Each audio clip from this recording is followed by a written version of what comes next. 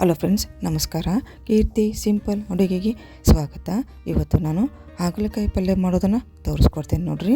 ಈಗ ಒಂದು ಅರ್ಧ kg ಆಗುವಷ್ಟು ಹಾಗಲಕಾಯಿನ ತೊಗೊಂಡೆ ನೋಡ್ರಿ. ಆದಷ್ಟು ಬಲ್ತಂತಹ ಹಾಗಲಕಾಯಿನ ತೊಗೋಬೇಡ್ರಿ.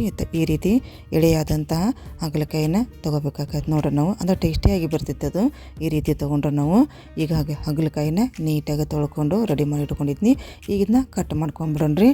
ನೀಟಾಗಿ ಕಟ್ ಮಾಡಿಕೊಂಡು ಒಳಗೇನು ಬೀಜ ಇರ್ತಾವಲ್ಲ ಅಂತ ತೊಗೊಂಡು ಸಣ್ಣ ಸಣ್ಣಗೆ ಪೀಸ್ ಮಾಡಿಕೊಂಡು ರೆಡಿ ಮಾಡ್ಕೊಂಡು ಇಟ್ಕೋಬೇಕಾಗತ್ತೆ ರೀ. ಇದು ಈ ಪಲ್ಯ ರೊಟ್ಟಿಗೆ ಮತ್ತು ಚಪಾತಿಗೆ ಸೂಪರಾದ ಕಾಂಬಿನೇಷನ್ ನೋಡ್ರಿ. ಅಷ್ಟು ಟೇಸ್ಟಿಯಾಗಿ ಬರ್ತೈತಿ ಇದು. ಈ ರೀತಿ ಒಮ್ಮೆ ಟ್ರೈ ಮಾಡಿ ನೋಡ್ರಿ ನೀವು ಕೂಡ. ಈಗ ಇದನ್ನ ಸಣ್ಣಗೆ ಹೋಳು ಮಾಡಿಕೊಂಡು ರೆಡಿ ಮಾಡ್ಕೊಂಡು ಇಟ್ಕೊಂಡ್ರಿ ನಾವು. ಈ ರೀತಿ ನೋಡ್ರಿ ಸಣ್ಣ ಸಣ್ಣ ಪೀಸ್ ಮಾಡ್ಕೋಬೇಕಾಗೈತಿ. ಈಗ ನೋಡ್ರಿ ನಾನು ಕಟ್ ಮಾಡ್ಕೊಂಡು ಕೂಡ ಆಯ್ತು. ಈಗ ಇದನ್ನ ಹುರ್ಕೊಂಬಿಡೋಣ್ರಿ ನಾವೀಗ. ಈ ಗ್ಯಾಸಿನ ಮೇಲೆ ಒಂದು ಬಾಳ್ಗೆ ಇಟ್ಕೊಂಡು ಈ ಕಟ್ ಮಾಡಿದಂಥ ಹಾಗಲಕಾಯಿನ ಹಾಕೊಂಬಿಡೋಣ್ರಿ. ಈಗ ಒಂದು ಅರ್ಧ ಚಮಚ ಆಗುವಷ್ಟು ಎಣ್ಣೆ ಹಾಕ್ಕೊಂಡು ನೀಟಾಗಿ ಇದನ್ನ ಜೋರನ್ನು ಉರಿಯಾಗ ಕಲರ್ ಚೇಂಜ್ ಆಗಬೇಕದು ಅಲ್ಲಿ ತನಕನೂ ಹುರ್ಕೋಬೇಕಾಗತ್ತೆ ರೀ.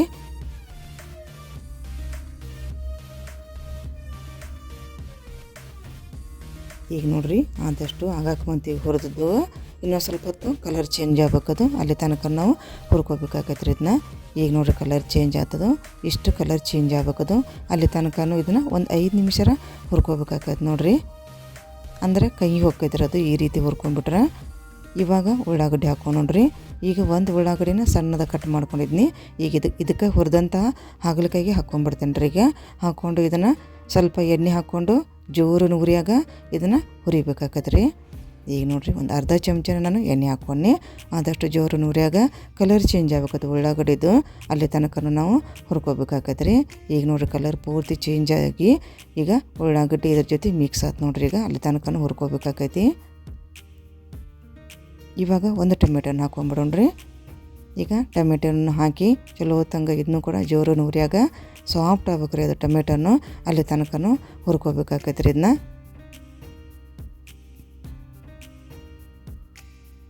ಇವಾಗ ಒಂದೇ ಸಲ ಕರಿಬೇವನ್ನು ಕೂಡ ಹಾಕ್ಕೊಂಬಿಡೋಣ್ರಿ. ಕರಿಬೇವು ಹಾಕಿದ ನಂತರ ಇದನ್ನ ಚಲೋ ಹೊತ್ತಂಗೆ ಹುರ್ಕೊಂಬಿಡೋಣ್ರಿ. ಈಗ ರುಚಿಗೆ ತಕ್ಕಷ್ಟು ಉಪ್ಪನ್ನು ಹಾಕ್ಕೊಂಬಿಡೋಣ್ರಿ. ಉಪ್ಪನ್ನು ಹಾಕಿದ ನಂತರ ಒಂದು ಚಲೋ ಹೊತ್ತಂಗೆ ಮಿಕ್ಸ್ ಮಾಡ್ಕೊಂಬಿಡೋಣ್ರಿ. ಆಯ್ತು ನೋಡಿರಿ. ಇವಾಗ ಈ ರೀತಿ ಮಿಕ್ಸ್ ಮಾಡ್ಕೊಂಡಿದ್ದು ಆಯ್ತು. ಈಗ ಉಪ್ಪು ಹಾಕಿದ ನಂತರ ಇವಾಗ ಒಂದು 1/4 ಚಮಚ ಅರಿಶಿನ ಹಾಕ್ಕೊಂಬಿಡೋಣ್ರಿ.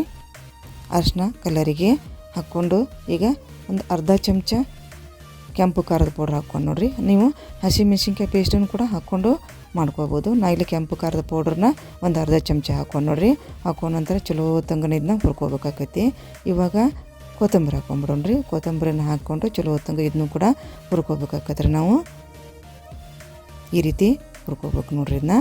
ಈಗ ಹುರ್ಕೊಂಡಿದ್ದು ಆಯ್ತು ರೀ. ಇದನ್ನೀಗ ಒಂದು ತಾಟಿಗೆ ಹಾಕ್ಕೊಂಡು ಇಟ್ಕೊಂಬಿಡೋಣ್ರಿ. ಯಾಕಂದ್ರೆ ಇದಕ್ಕೆ ಒಂದು ಒಗ್ಗರಣೆ ಕೊಟ್ಬಿಡ್ಬಿಡ್ರಿ. ಈಗ ಇದಕ್ಕೆ ಒಂದು ಚಲೋ ಹೊತ್ತಂಗೆ ಒಂದು ಒಗ್ಗರಣೆ ಕೊಟ್ಟರೆ ರುಚಿ ಆಕತ್ತೆ ರೀ ಇದು ಪಲ್ಯ. ಈಗ ಅದೇ ಬಾಳಿಗೆ ಒಳಗೆ ಒಂದು ಅರ್ಧ ಚಮಚನ ಎಣ್ಣೆ ಹಾಕ್ಕೊಂಡು ನೋಡ್ರಿ. ನಾನು ಇಲ್ಲಿ ಎಣ್ಣೆ ಸ್ವಲ್ಪ ಕಾದ ನಂತರ 1/4 ಚಮಚ ಸಾಸಿವೆ ಹಾಕ್ಕೊತೇನೆ ನೋಡ್ರಿ. ನಾನು ಇಲ್ಲಿ ಸಾಸಿವೆ ಚಟಪಟ ಅಂತ ಸಿಡಿದ ನಂತರ ಒಂದು ಅರ್ಧ ಚಮಚ ಜೀರಿಗೆ ಹಾಕ್ಕೊಂಡು ನೋಡ್ರಿ. ಈಗ ಜೀರಿಗೆನೂ ಸಿಡಿದ ನಂತರ ಒಂದು ಎಸಳು ಕರಿಬೇವನ್ನು ಹಾಕ್ಕೊತೇನೆ. ಚಲೋ ಹೊತ್ತಂಗೆ ಕರಿಬೇವನ್ನು ಕೂಡ ಎಣ್ಣೆ ಒಳಗೆ ಫ್ರೈ ಮಾಡ್ಬೇಕಾಗತ್ತೆ ರೀ ನಾವು.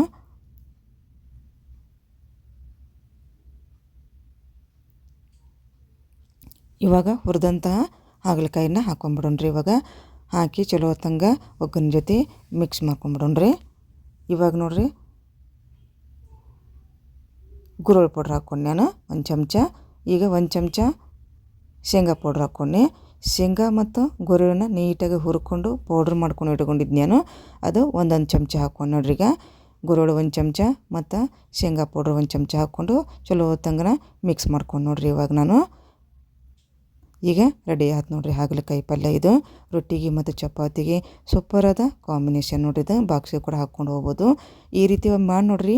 ಮಕ್ಕಳು ಹಿಡಿದು ದೊಡ್ಡವ್ರ ತನಕ ಇಷ್ಟಪಟ್ಟು ತಿಂತಾರೆ ಇದನ್ನ. ಈಗ ಕೊತ್ತಂಬರಿ ಹಾಕ್ಕೊಂಬಿಡೋಣ. ಈಗ ರೆಡಿ ಆಯ್ತು ನೋಡ್ರಿ ಹಾಗಲಕಾಯಿ ಪಲ್ಯ. ಈ ಒಂದು ರೆಸಿಪಿ ನಿಮ್ಗೆ ಲೈಕ್ ಆಗಿದ್ರೆ ಲೈಕ್ ಮಾಡಿರಿ, ಶೇರ್ ಮಾಡಿರಿ ಮತ್ತು ನನ್ನ ಚಾನಲ್ ನೀವು ಸಬ್ಸ್ಕ್ರೈಬ್ ಮಾಡ್ಕೊಂಬಿಡ್ರಿ. ನಮಸ್ಕಾರ, ಧನ್ಯವಾದ.